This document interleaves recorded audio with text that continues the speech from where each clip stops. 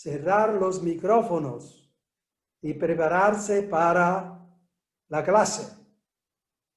Ahora un ratito de silencio y alguien de ustedes que haga la oración de entrada.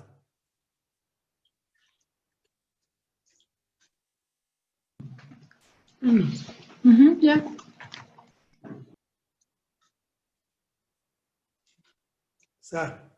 Ya.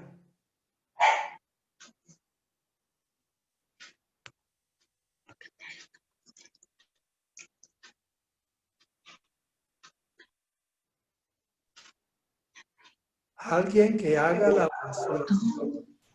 Sí, Fray, la vamos a hacer aquí. En el nombre del Padre, del Hijo y del Espíritu Santo. Amén. Amén. Ven, Espíritu Santo, llena los corazones de tus fieles y enciende en ellos el fuego de tu amor. Envía, Señor, tu Espíritu y danos nueva vida, y renovarás la faz de la tierra. Oh Dios, que has instruido los corazones de tus hijos con la luz del Espíritu Santo, concédenos que sintamos rectamente con el mismo Espíritu y gocemos de su consuelo por Jesucristo nuestro Señor. Amén. Amén. Señor, te damos gracias por estar nuevamente aquí reunidos, Padre de amor. Queremos ofrecerte nuestra vida, nuestros quehaceres de cada día, nuestras dificultades, nuestros éxitos, todo, Señor, lo que se desarrolla en nuestra vida. Y queremos poner en tu corazón amoroso siempre a Fray Mauro, para que sigas dándole la sabiduría, Señor, que le das, para que la pueda transmitir a nosotros y nosotros poderlas transmitir, Señor, también. Te lo pedimos en el santo nombre de tu Hijo amado, Cristo Jesús. Amén. Amén. Muchas gracias. Entonces eso, preparen una oración para estas para estas noches. Ya en la casa, busquen en algún lugar o reflejen lo que sienten dentro. En fin, siempre tocará a ustedes hacer la oración de inicio. Bien, entonces vamos a empezar la clase y vamos a recordar la clase anterior. Ha habido algunas preguntas, petición de aclaraciones. En este caso, como la vez pasada hablamos de la opción preferencial por los pobres y dijimos que los obispos latinoamericanos en 1999, el año del Padre, entre tantas cosas bellas y grandes, sobre la opción preferencial por los pobres, dijeron que la opción preferencial por los pobres es la lógica de Dios. Bella frase. Así razona Dios. Y nosotros no encontramos tanta dificultad, porque podríamos decir, así razona una madre. La lógica de una madre es que primero cuida del hijo más enfermito, más debilucho. En fin, estamos claros. Ahora, alguien ha puesto una dificultad, dice que se encuentra en dificultad, sobre todo por la frase que yo dije,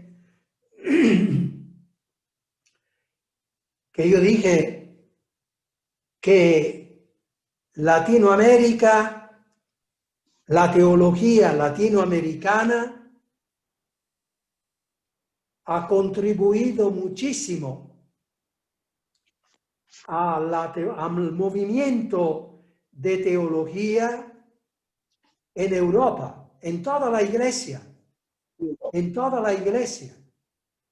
Claro que uno de los puntos más fuertes de contribución ha sido esto de la opción preferencial por los pobres, que ahora se ha vuelto lenguaje común.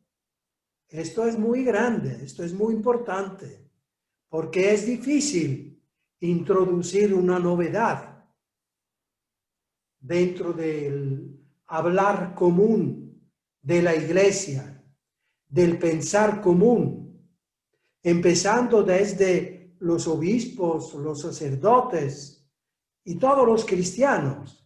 Cambiar o asumir un cierto lenguaje nuevo no es fácil. De manera que uno se da cuenta que la tarea ha sido grande, ha sido inmensa y gracias a Dios ha sido eficaz. De verdad, ese sentir de los cristianos de Latinoamérica que están siempre a contacto con los más sufridos, los más pobres, los más oprimidos, esta experiencia cristiana ha podido entrar dentro de la iglesia y ciertamente ha hecho de levadura dentro de la iglesia. Los frutos ya se están viviendo y seguirán más. Además, con un papa latinoamericano que, gracias a Dios, ha recogido esto desde su experiencia de sacerdote, obispo y cardenal, y ahora de la forma más clara, más creativa y más eficaz, lo está transmitiendo en sus discursos, en sus gestos, en los signos que hace. Verdaderamente tenemos que dar gracias a Dios y dar gracias también porque hemos podido contribuir, sobre todo ustedes, nativos de aquí, hemos podido contribuir a dar a la iglesia un sentir fresco, nuevo, de ese sentir que era una de las cosas esenciales, uno de los rasgos principales de la personalidad de Jesús, la compasión. Yo vine para anunciar la buena noticia a los pobres, liberar a los oprimidos, consolar a los afligidos y predicar el año de gracia, una igualdad social, la podríamos llamar hoy. Entonces, alguien se ha sentido confundido porque ha pensado en las dificultades que la Santa Sede, el Papa y el cardenal Ratzinger, que luego será Papa después, pero entonces era prefecto de la Congregación de la Fe, el que tenía a cargo el deber de cuidar que no se introdujeran dentro de la iglesia, dentro de la teología, cosas que no eran conformes al Evangelio. Entonces esta persona dice, y también Juan Pablo II, han juzgado, han llamado a Roma a juicio los grandes teólogos de la teología de la liberación, Leonardo Boff, John Sobrino de El Salvador, ¿verdad? Casaldáliga, que acaba de morir, un obispo que nosotros hemos conocido a todo dar, un cristiano de máximo nivel. Dice, entonces, ¿cómo dice usted que ha permeado, ha entrado en la masa esta levadura de la opción preferencial por los pobres, cuando ha tenido tanta dificultad. Bueno, yo he aclarado que esta dificultad se ha visto sobre todo con la teología de la liberación. Es diferente de la opción preferencial por los pobres. Esta es una opción ética, por decirlo así, cristiana, de la cual ya nadie duda.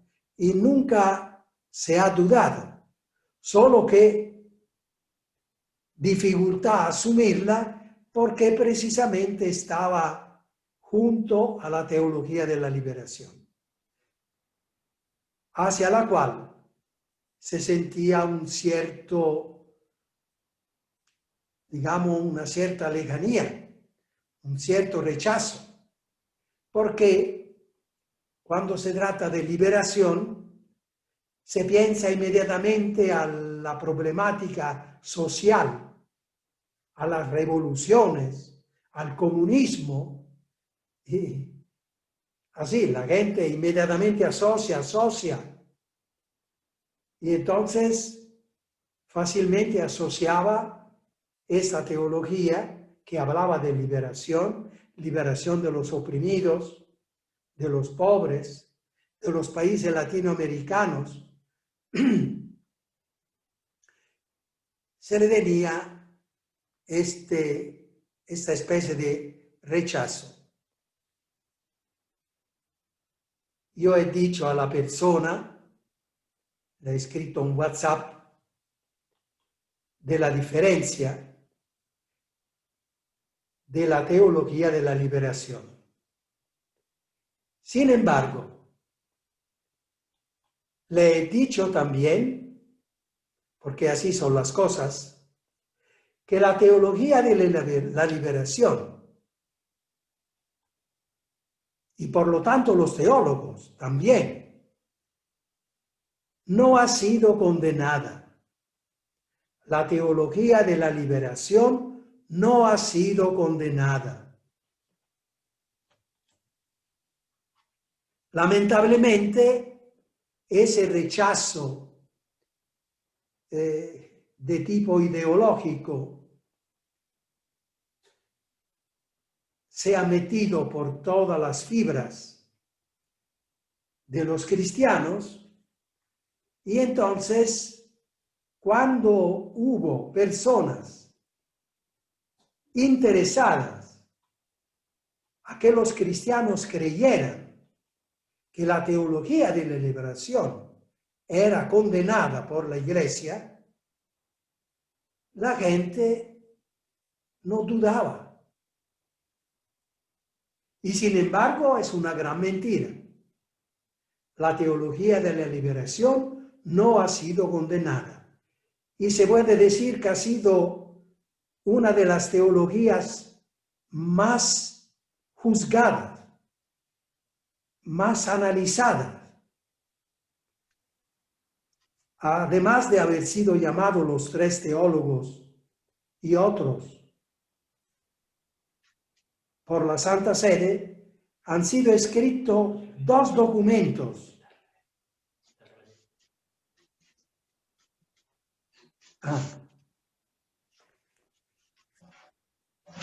Esta es la... Han sido escritos 2 documentos. ¿Está bien? Sí. Sí. 2 documentos sobre la teología de la liberación. Uno en 1984 y el otro 1986. Y no ha sido condenada. Más bien, después de este examen muy profundo y también después que el Papa Juan Pablo II hubo escuchado a todos los obispos del Brasil, donde la teología de la liberación ha florecido, nació en Perú, en realidad.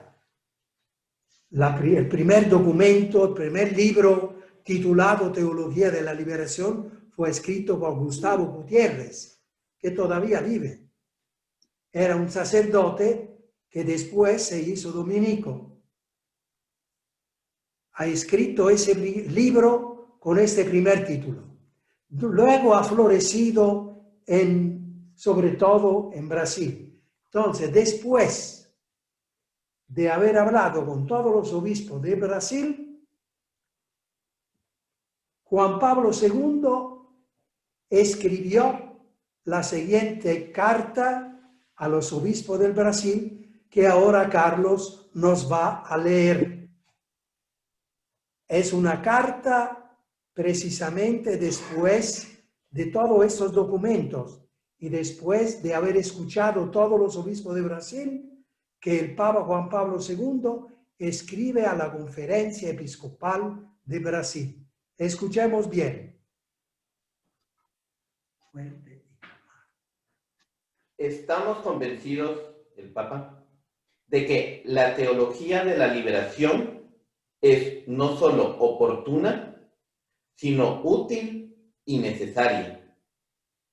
Dicha teología debe constituir una nueva etapa de aquella reflexión teológica iniciada con la tradición apostólica y continuada con los grandes padres y doctores, con el magisterio ordinario y extraordinario, y con el rico patrimonio de la doctrina social de la Iglesia, expresada en documentos que van desde el Rerum Novarum a la Laborem Exercens, carta a la Conferencia Episcopal Brasileña de Juan Pablo II el 9 de abril de 1986. Bien, esto es muy importante. Y cuando ustedes hablan de este tema, no olviden esta carta, que viene después de todos los análisis sobre la teoría de la liberación. Y dice el Papa, no solo es oportuna, sino es útil y necesaria, y se reanuda a las grandes tradiciones teológicas de la Iglesia, desde la tradición apostólica, los santos padres y luego todas las teologías de la Edad Media hasta la teología de hoy, cuyo uno de los elementos importantes de la teología de hoy es la teología social, la doctrina social de la Iglesia, que precisamente habla también de estos temas de la liberación. Bien, es muy importante para ubicar esa opción preferencial por los pobres, eso de que esta opción es la lógica de Dios. Tienes que hacer parte de nuestra espiritualidad. Si no, la lógica nuestra no es la de Dios. Y naturalmente no es la de Jesús. La de Jesús empezó con esa proclamación. Yo vine para anunciar la buena noticia a los pobres, y termina con el juicio universal. Tuve hambre, me dieron de comer. Entonces, y luego, bienaventurados los pobres, de ellos es el reino de los cielos. Tantas cosas. Yo a veces desafío a alguien que encuentre 3 páginas del Evangelio seguidas, donde no haya alguna relación, alguna alusión a esa necesidad de los pobres y de todas las virtudes de los pobres, del servicio, de la humildad, del sufrimiento. Bien, ahora tengan 2 minutos de relax, de descanso, porque vamos a empezar otra cosa muy interesante. Eso.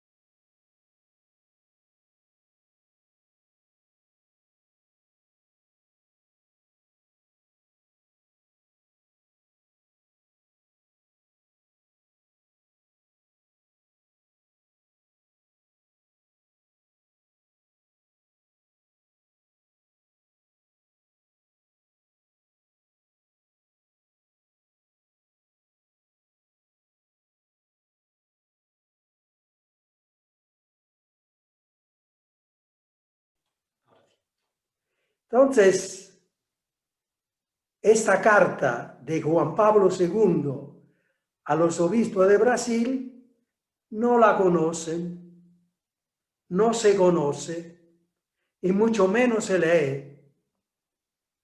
Esto es un signo triste para nosotros.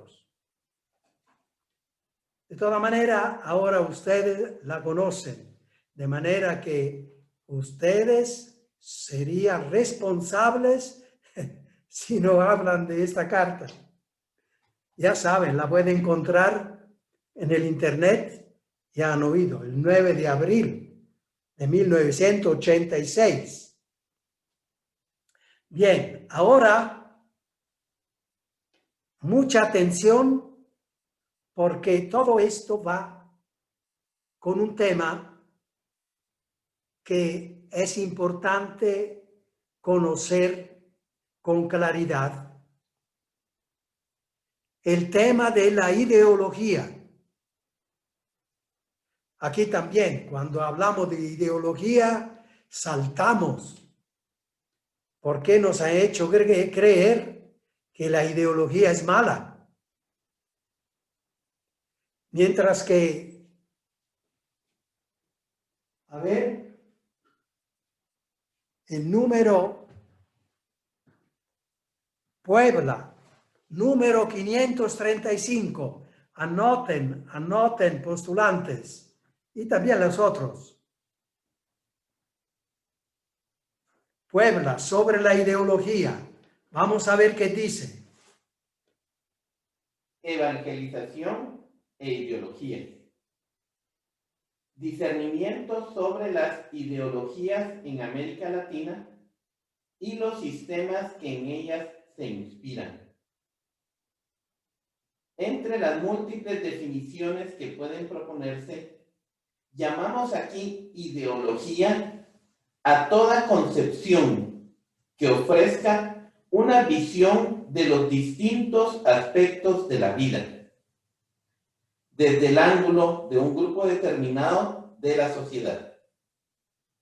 La ideología manifiesta las aspiraciones de ese grupo, llama a cierta solidaridad y compatibilidad y funda su legitimización en valores específicos.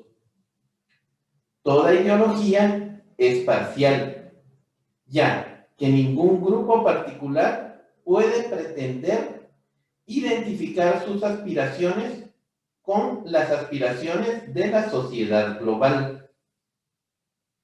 Una ideología será, pues, legítima si los intereses que defiende lo son y si respeta los derechos fundamentales de los demás grupos de la nación.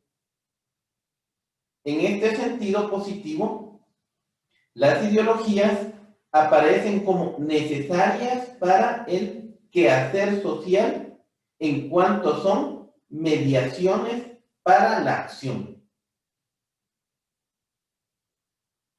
Bien, entonces aquí, ideología legítima, necesaria para la acción. Parcial, o sea, no abarca todo, pero a nosotros interesa esos adjetivos, legítima y necesaria para la acción. Nosotros tenemos que accionar. Sin ideología no se acciona.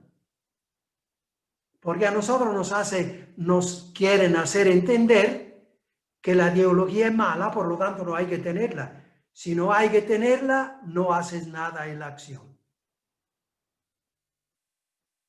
Bien, entonces,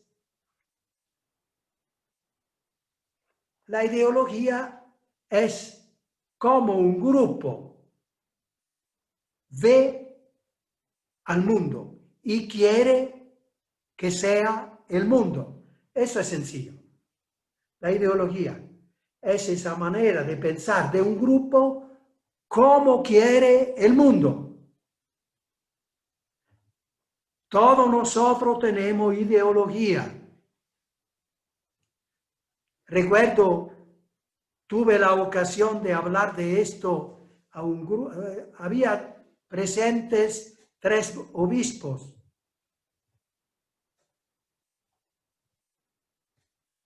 Y yo dije, todos tenemos ideología. Usted también, monseñor. Dentro de poco hay elecciones en Guatemala. Ustedes van a votar. Claro, dice, soy guatemalteco. Bien. Usted va a votar. Usted vota por un partido. Sí. Bien. Detrás de ese partido hay una ideología. Precisamente. Entonces, todos tenemos ideología. El que dice de no tener ideología es uno que no quiere hacer nada. Lo único, un poco de... o no sabe qué es ideología y cree que sea una cosa mala. Entonces dice que no. Por eso, prestemos atención a lo que vamos a ver ahora. Tal vez no ve muy bien, pero algo se mira.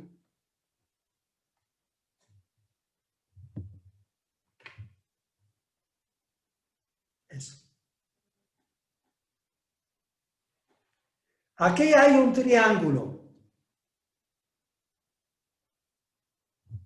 Un triángulo. Hay varias partes del triángulo marcadas con líneas. Es el camino de la concretización de lo que yo tengo en la cabeza. A nivel de estas cosas políticas y sociales. Todos tenemos algo en la cabeza sobre esto. Todos quisiéramos que el mundo fuera así o así. Entonces, este es el camino de nuestra concretización de lo que tenemos en la cabeza. Primero viene un conjunto de cosas, estos puntitos, que se llama inspiración. Todos nosotros, desde niños, tenemos inspiración de algún tipo. Algo nos inspira. Cuando el viento sopla, mueve la hoja. Algo nos inspira. Algunos son inspirados por la Biblia. Otros son inspirados por el Evangelio. Otros son inspirados por la enseñanza de la iglesia. Otros son inspirados por la familia.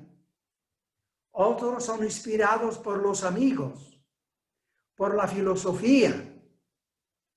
Todos tenemos algo que nos inspira, o sea, que nos empuja hacia cierta dirección, que nos hace sentir dentro, nos produce pensamientos. Cada uno de nosotros tiene estas inspiraciones. Bien. Ahora, sin embargo, las inspiraciones, si quedan así, sueltas, no pueden ser eficaces.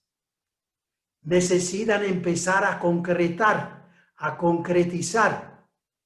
Por eso la segunda línea, que viene la ideología. Sí, ¿verdad? Esa es esta. Esta es la inspiración, esta es la ideología. O sea, de esa inspiración yo empiezo a agarrar las ideas, las cosas más importantes, que a mí me parecen más importantes, más fuertes, más prácticas, para poder alcanzar un mundo como yo lo quiero. Entonces reúno ciertas ideas fundamentales, la relaciono la una a la otra y hago un grupo organizado de ideas y las llamo ideología. Ideología, idea. Reunión de ideas importantes para llegar a hacer un mundo como uno lo quiere. Entonces la ideología es un paso obligatorio para llegar a concretizar el mundo. Por eso los obispos en Puebla usan la palabra necesaria para la acción social. Es lógico. Después de la ideología se siente la necesidad de concretar aún más. Y los que tienen la misma idea, la misma ideología, se unen y forman un partido, o sea, un grupo ya organizado para alcanzar el poder y así tomar las decisiones definitivas para cambiar el mundo. Entonces nace la política. Polis en latín significa, en griego significa ciudad. Entonces la política es el arte de guiar una ciudad. Aquí podemos decir el arte de guiar el mundo, naturalmente como uno lo quiere. Cuidado, la política tiene dos partes. Política general, esta es la política general.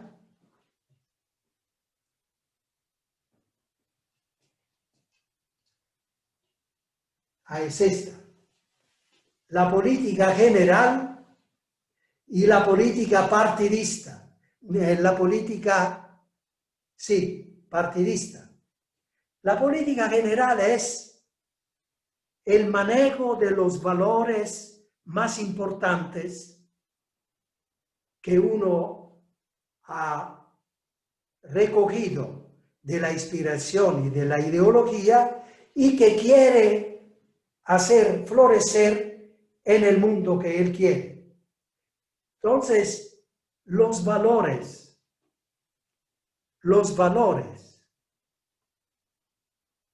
Sin embargo, manejando solo los valores, estamos de acuerdo sobre los valores, la familia, la economía, los hospitales, estamos de acuerdo sobre los valores, pero el cómo concretar esos valores necesita dar un paso más. Y entonces viene la política partidista, o sea, se reúnen grupos en partidos para alcanzar el poder y así cambiar el mundo como él lo quiere. Política general, la política de los valores en general y política partidista del cómo concretizar esos valores y ponerlo en el mundo. Esos son los partidos. La política partidista. Decimos inmediatamente, cuando hacemos la pregunta, ¿la iglesia se puede poner en política? ¿Se puede meter en política? Si se hiciera esta distinción, sería muy fácil responder.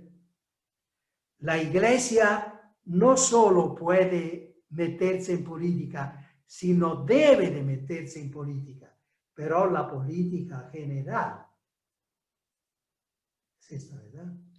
Sí. La política general de los valores. Entonces la conferencia episcopal debe de tratar de los valores y decir a la sociedad cuáles serían los valores más importantes, urgentes. No solo es legítimo, sino es necesario que la Iglesia entre aquí para iluminar el mundo de los valores. Ahora, no es oportuno que entre en los partidos, en la política partidista. No es oportuno. ¿Por qué? Porque en los partidos hay cristianos de varios tipos. Si entra y se mete en un partido, deja de hacer lo que tiene que hacer la Iglesia, o sea, instrumento de unificación, de unidad. Y entonces no es bueno que se meta en la política partidista. Ordinariamente es eso cuando se dice, la Iglesia no se puede meter en política. Distingue. Política partidista no, pero política general sí. De manera que cuando la conferencia episcopal hace un documento y dice que en Guatemala se necesitan hacer avanzar la justicia social y la salud para los pobres, eso no solo es legítimo, es posible, sino que es necesario, se tiene que meter. Si no se mete allí, es una iglesia que no sirve de nada. ¿Bien? Jesús se metía en los valores. Se metía en los valores. No hacía parte de ningún partido. Bien, entonces, esto de la política, evidentemente, es el paso más cercano a la concretización.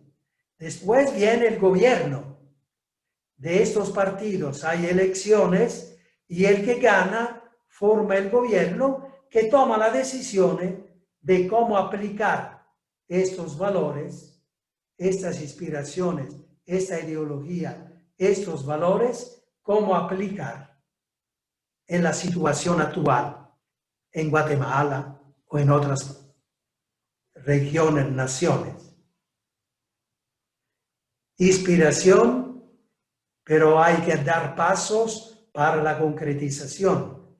La ideología que es necesaria, la política general, donde la Iglesia tiene que meterse, la política partidista, donde la Iglesia no tiene que meterse, defender un partido, decir por quién votar, etcétera, no tiene que meterse, y luego alentar,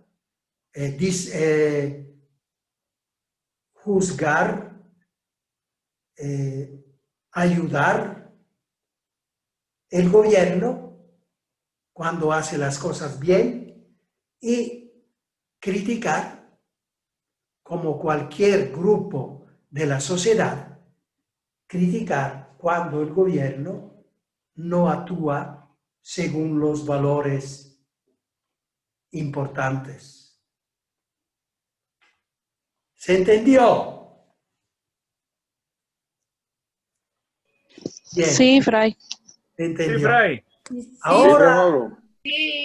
Ahora unos 10 segundos de descanso y vamos a la primera charla del segundo bloque. El segundo bloque tal vez es el más fuerte porque toca la Semana Santa y entonces toca el tema de la redención.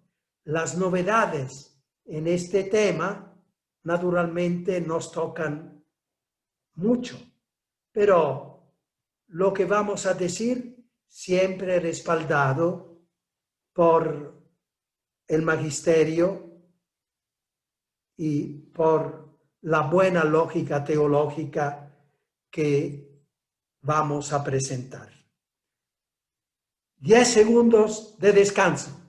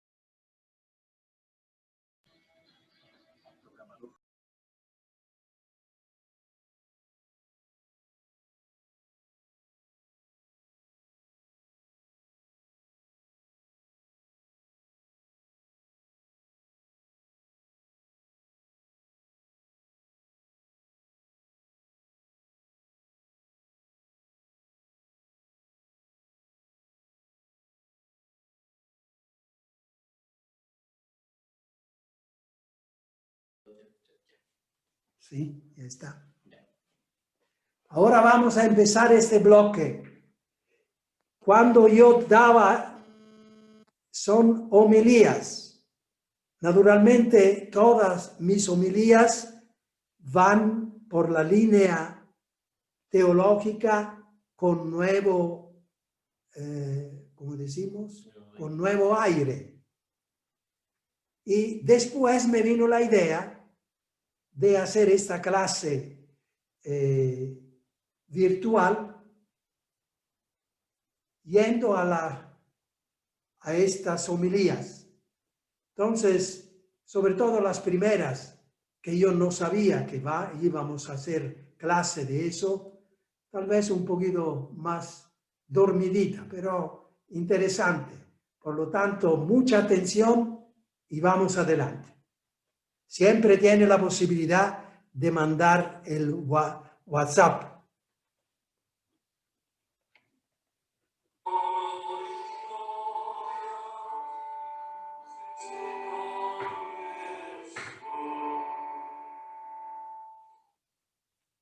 El Señor esté con ustedes y con tu espíritu.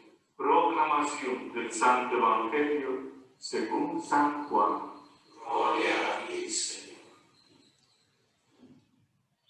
En el capítulo 12. 6 días antes de la Pascua, fue Jesús a Betania, donde vivía Lázaro, a quien había resucitado de entre los muertos. Allí le ofrecieron una cena. Marta servía y Lázaro era uno de los que estaban con él a la mesa. María tomó entonces una libra de perfume de nardo auténtico, muy costoso. Le ungió a Jesús los pies con él y se los enjugó con su cabellera. Y la casa se llenó con la fragancia del perfume. Entonces Judas Iscariote, uno de los discípulos, el que iba a entregar a Jesús, exclamó: ¿por qué no se ha vendido ese perfume en 300 denarios para dárselo a los pobres? Esto lo dijo, no porque le importaran los pobres, sino porque era ladrón. Y como tenía a su cargo la bolsa, robaba lo que echaban en ella. Entonces dijo Jesús: A mí ni me ve, no me escucha. Eso lo tenía guardado para el día de mi sepultura, porque los pobres no tendrán siempre con ustedes, pero a mí no siempre me tendrán. Mientras tanto, la multitud de judíos que se enteró de que Jesús estaba allí, acudió no solo por Jesús, sino también para ver a Lázaro, a quien el Señor había resucitado de entre los muertos. Los sumos sacerdotes deliberaban para matar a Lázaro, porque a causa de él muchos judíos se separaban y creían en Jesús. Palabra del Señor. Gloria a ti, Señor Jesús.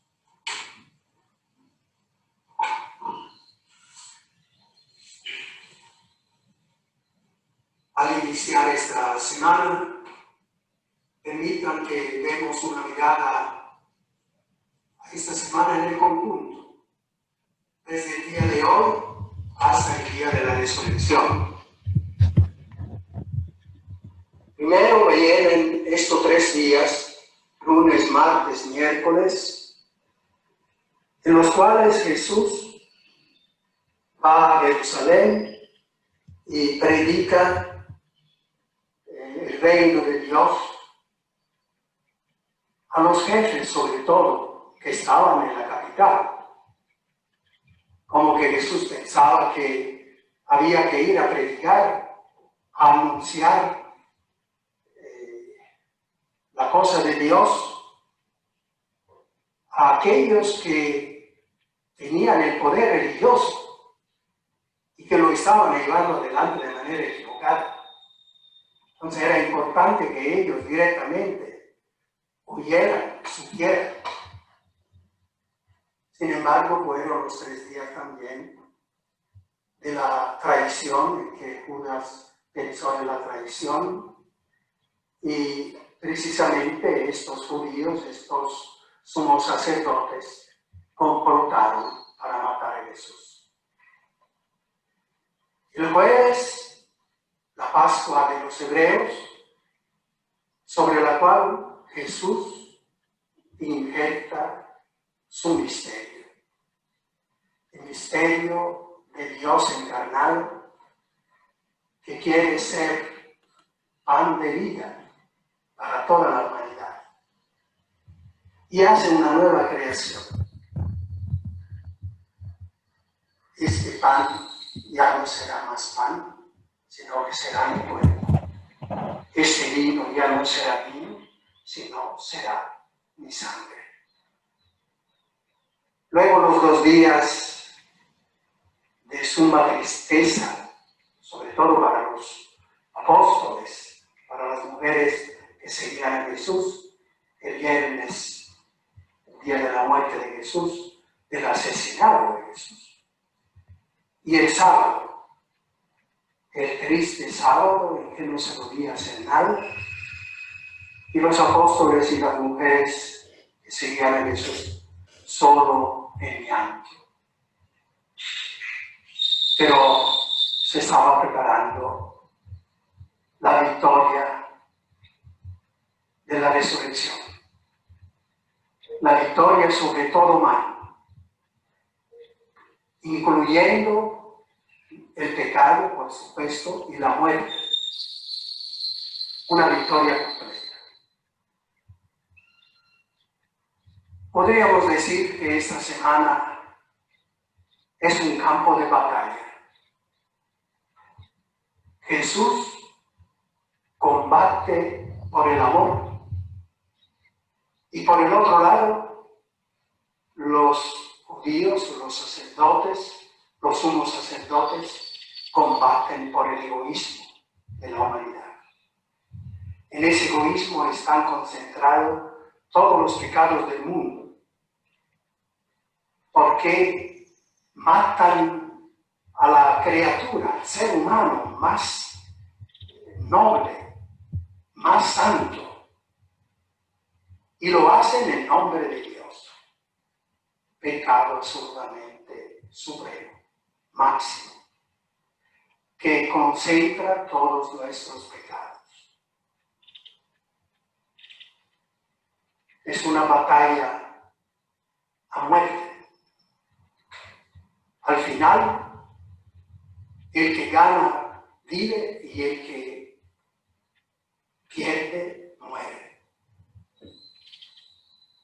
Hay una primera pérdida, un primer fracaso de parte de Jesús. Y parece que las fuerzas del mal, del egoísmo, van a ganar. Pero, como se dice, el que ríe por último ríe mejor. La última palabra fue de la victoria de Jesús sobre todo mal, incluyendo el pecado y por lo tanto el dolor y la muerte. Algunas enseñanzas sobresalientes de este misterio de la Semana Santa. La primera enseñanza es Jesús, que vive y combate para que el sueño que Dios había puesto en la creación, de que el ser humano aprendiera a amar para llegar a ser partícipe de la divina naturaleza, el sentido de la vida. El sentido de la vida es amar. Jesús ha vivido siempre con ese sentido. Y luego, de adulto, ha predicado ese sentido. Y ahora, en la Semana Santa, lucha para que este sentido resplandezca para toda la humanidad. Lo único que cuenta es amar. Y amar hasta el final. Y naturalmente, amor a Dios, Creador, el homenaje a su voluntad, de que el ser humano viviera con ese sentido de la vida. Y amor al prójimo, amor a la humanidad, amor a nosotros, porque Él es el camino, la verdad y la vida. Y en la Semana Santa lo hace ver con toda claridad. Yo soy el camino, yo soy la verdad, yo soy la vida. Pero para eso te van a matar, no importa. Todo vale la pena, porque la vida nunca muere. Jesús no estaba pagando al Padre por nuestros pecados, porque el amor de Dios es gratuito.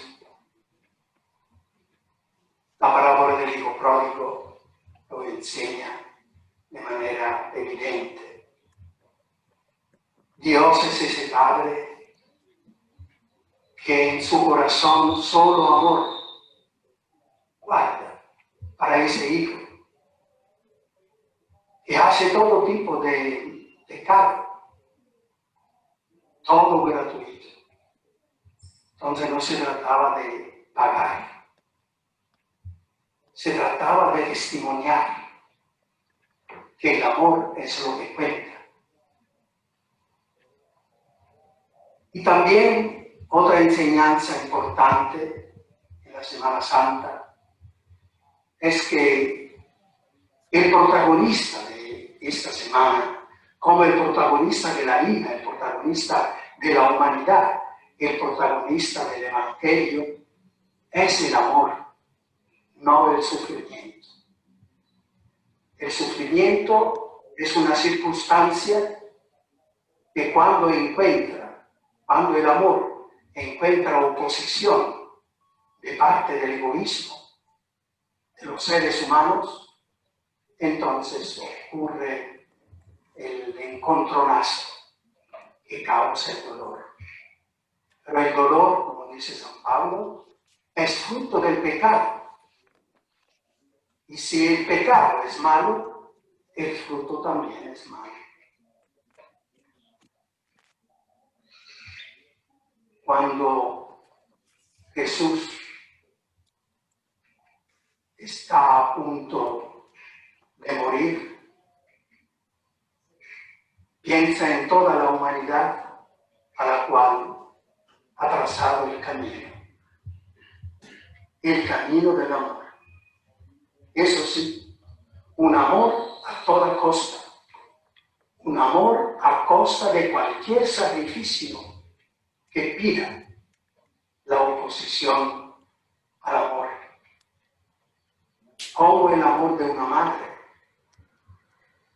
un amor que no mira dificultades, será. En este tiempo de pandemia, ¿qué enseñanza nos da el Señor en esta semana?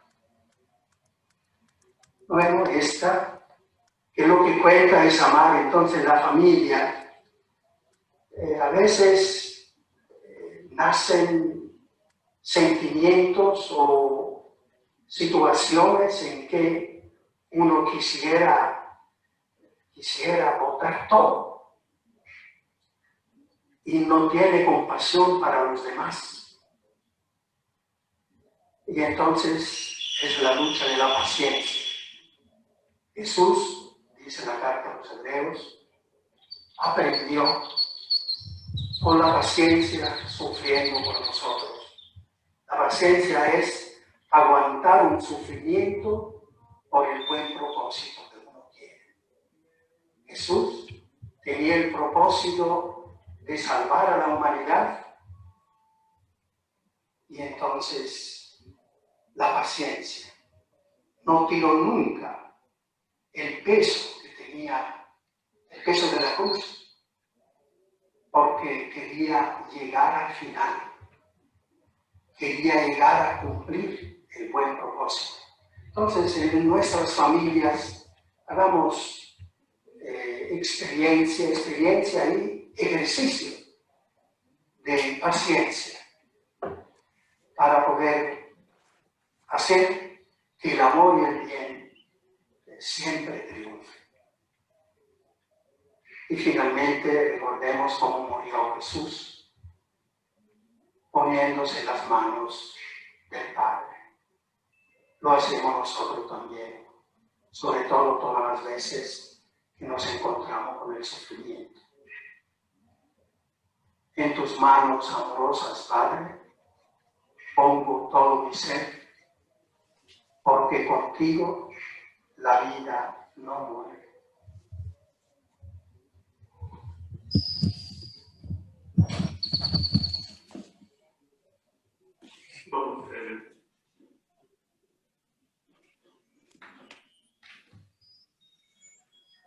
Así termina, ¿verdad? Ahora esto lo pones ya, lo encuentro ya en el...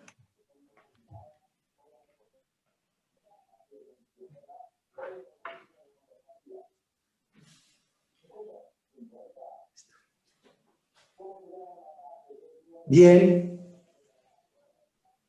ha sido algo como una visión de conjunto. Era precisamente el primer día de la Semana Santa y yo quería dar una visión de conjunto de la Semana Santa. Ahora simplemente les doy la bendición porque ya es tarde. Que el Señor les bendiga y les guarde. Amén. Amén. Amén. Les muestre su rostro y tenga misericordia de ustedes. Amén. Vuelva hacia ustedes su mirada misericordiosa y les conceda la paz. Amén. Amén. Señor les bendiga, hermanos y hermanas, en el nombre del Padre, del Hijo y del Espíritu Santo. Amén. Amén. Amén. Buenas noches a todos y a ¿Quién le todas. puede hacer un comentario? Usted, gracias. Buenas noches. Buenas noches, Buenas noches, Fray. Feliz fin de semana, Fray. Feliz fin de semana a todas y todos y a Fray. Sí, igualmente, feliz Buenas noche a noches, todos. Y a feliz los fin de semana a compañeros, todos. compañeras que lo apoyan. Chao, chao. Feliz noche, hermanos. Feliz que sea- Bendiciones. Feliz fin de semana.